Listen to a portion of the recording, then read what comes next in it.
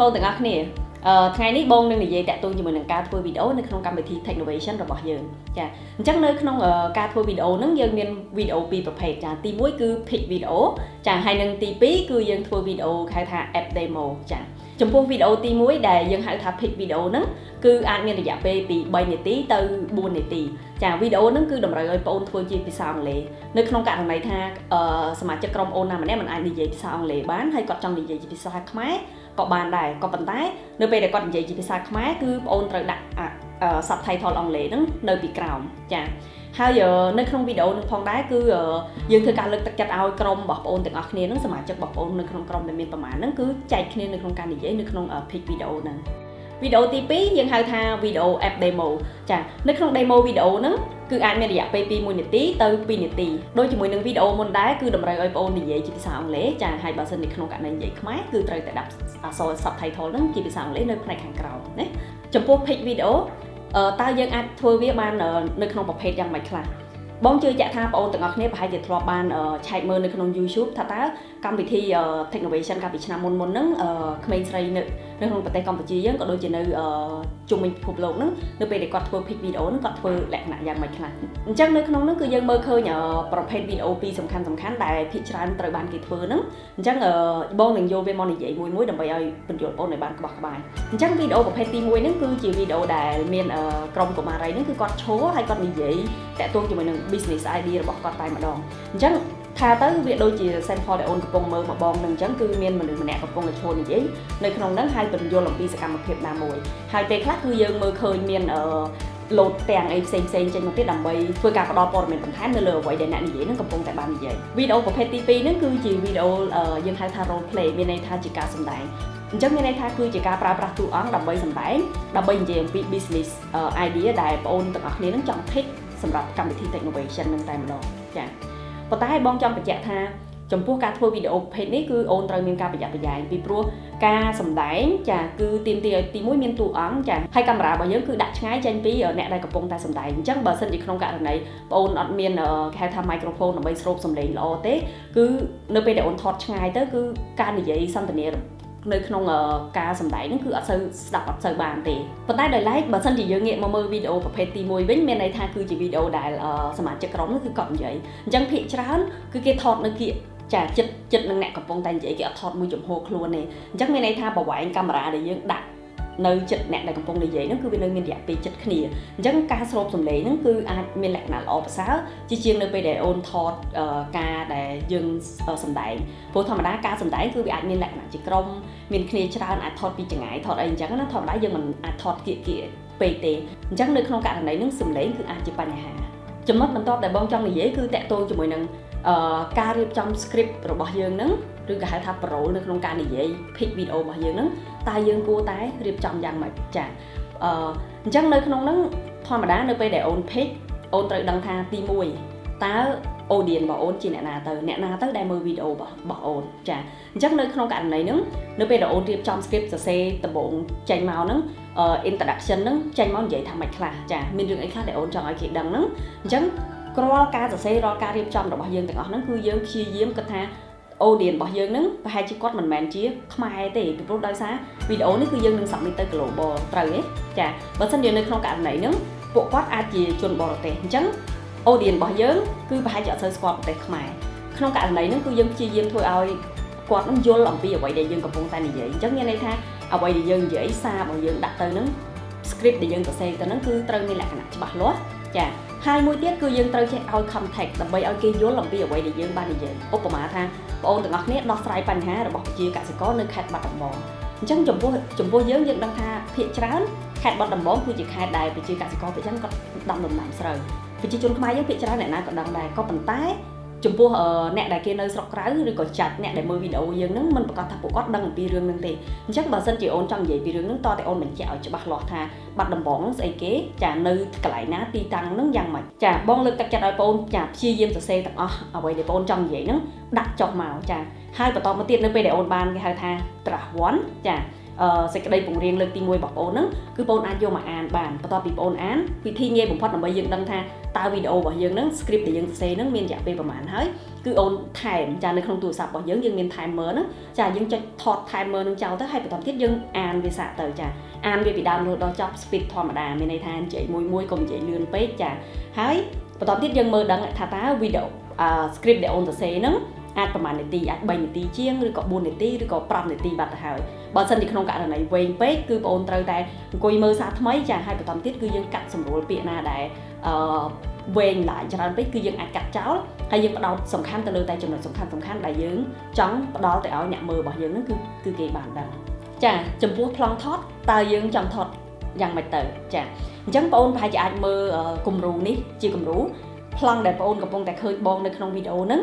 បងលើកទឹកចិត្តឲ្យបងអូនប្រើប្លង់ហ្នឹងមានន័យថាអ្នកនិយាយហ្នឹងគឺឈរនៅចំកណ្ដាលប្លង់តែម្ដងចាហើយអ្វីដែលយើងចង់ថតហ្នឹងគឺយើងកុំយកធំពេកមានន័យថាយើងយកត្រឹមមួយកណ្ដាប់ខ្លួនប៉ុណ្្នឹងគឺបានហើយចាព្រោះដោយសារអីបើសិនជានៅពេលដែលយើងថតត្រឹមមួយកណ្ដាប់ខ្លួនអញ្ចឹងមានន័យថាកាមេរ៉ាដែលយើងដាក់ហ្នឹងគឺនៅជិតជាមួយនឹងអ្នកកំពុងនិយាយប៉ុន្តែបើសិនជាបងអូនយកធំពេកមានន័យថាយករហូតដល់ត្រឹមជង្គង់អញ្ចឹងមានន័យថាកាមេរ៉ាគឺថយឆ្ងាយឯត្រូវទេចាអញ្ចឹងក្នុងករណីហ្នឹងសំឡេងគឺអត់សូវច្បាស់ទេព្រោះដោយសារតែកាមេរ៉ាកាន់តែឆ្ងាយសំឡេងហ្នឹងគឺលឺកាន់តែខ្សោយណាចាចុះបើសិនជាយើងនិយាយតាក់ទងជាមួយនឹងការថតដោយបងអូនចង់ធ្វើជាសាច់រឿងបងអូនចង់ធ្វើជា role play អូនត្រូវដឹងថាការថត role play បច្ចេកទេសគឺអូនត្រូវទាមទារឲ្យវាខ្ពស់ជាជាងការយើងថតមនុស្សម្នាក់កំពុងតែឈរនិយាយចំពោះការថតឧបមាថាក្រុមបងប្អូនមួយក្រុមមានគ្នា4នាក់ណាចាអញ្ចឹងមានន័យថាម្នាក់ត្រូវចេញម្នាក់ត្រូវចូលហើយយើងត្រូវនិយាយម្ដងម្នាក់ចាឧបមាថាបើសិនជាម្នាក់មកចេញមកធ្វើការណែនាំខ្លួនឧបមាថាខ្ញុំឈ្មោះសុធាវីខ្ញុំមកពីក្រុម Technovation ចាអញ្ចឹង4នាក់ត្រូវនិយាយណែនាំខ្លួនដូចគ្នា4ដងអញ្ចឹងបើសិនជាយើងគិតពីរយៈពេលវិញជួនកាលប្រហែលជាអាចអស់20ទៅ30វិនាទីបាត់ហើយអញ្ចឹងដើម្បីឲ្យចំណេញគឺបងអូនធ្វើការចេញអក្សរឈ្មោះហ្នឹងគឺនៅលើផ្នែកណាមួយជ្រុងណាមួយនៃ screen របស់យើងបានអញ្ចឹងគឺយើងកាត់បន្ថយពេលវេលារបស់យើងហ្នឹងបានច្រើនចាហើយអូនមើលឃើញស្រាប់ហើយនៅក្នុងប្លង់ទាំងមូលហ្នឹងគឺវាមានជ្រុងខាងនេះតនេចាខាងនេះក៏តនេចាហើយផ្នែកខាងក្រោមនេះគឺយើងទុកដាក់ subtitle ត្រូវទេចាភាសាអង់គ្លេសរបស់យើងហ្នឹងអញ្ចឹងបើសិនជាមានព័ត៌មានមួយចំនួនដែលបងអូននិយាយចេញមកឧបមាថាបងអូននិយាយតាក់ទងជាមួយនឹងកសិករនៅខេត្តបាត់ដំបងមានចំនួនប្រមាណភាគរយអញ្ចឹងប្រហែលជាអូនអាចចេញអក្សរភាគរយហ្នឹងចានៅកន្លែងនេះចាព័ត៌មានមួយចំនួនហ្នឹងនៅផ្នែកខាងលើនៅខាងនេះហ្នឹងចាអាចចេញនៅលើនឹងបានអញ្ចឹងទៅវាជួយបង្គ្រប់ន័យទៅលើអ្វីដែលបងអូននិយាយណាចាក៏ប៉ុន្តែបើសិនជាបងអូនមានលទ្ធភាពទៀតមានន័យថាបងអូនទៅថតសកម្មភាពនឹងបានតែម្ដងនិយាយអំពីកសិករហើយបងអូនទៅឃើញកសិករនៅបាត់ដំបងកំពុងច្រូតកាត់ឬក៏កំពុងតែស្ទូងស្រូវឬក៏អីចឹងទៅយកមកដាក់នៅពីលើវីដេអូនឹងទៀតក៏កាន់តែល្អដែរមានន័យថាអ្នកនិយាយព័ត៌មានអំពីកសិករឮនិយាយចឹងហើយក៏ប៉ុន្តែគឺចេញរូបភាពផ្សេងចាមកដាក់នៅលើហ្នឹងចាធ្វើអញ្ចឹងបានទៀតគឺវីដេអូរបស់បងអូនហ្នឹងគឺកាន់តែល្អប៉ុន្តែ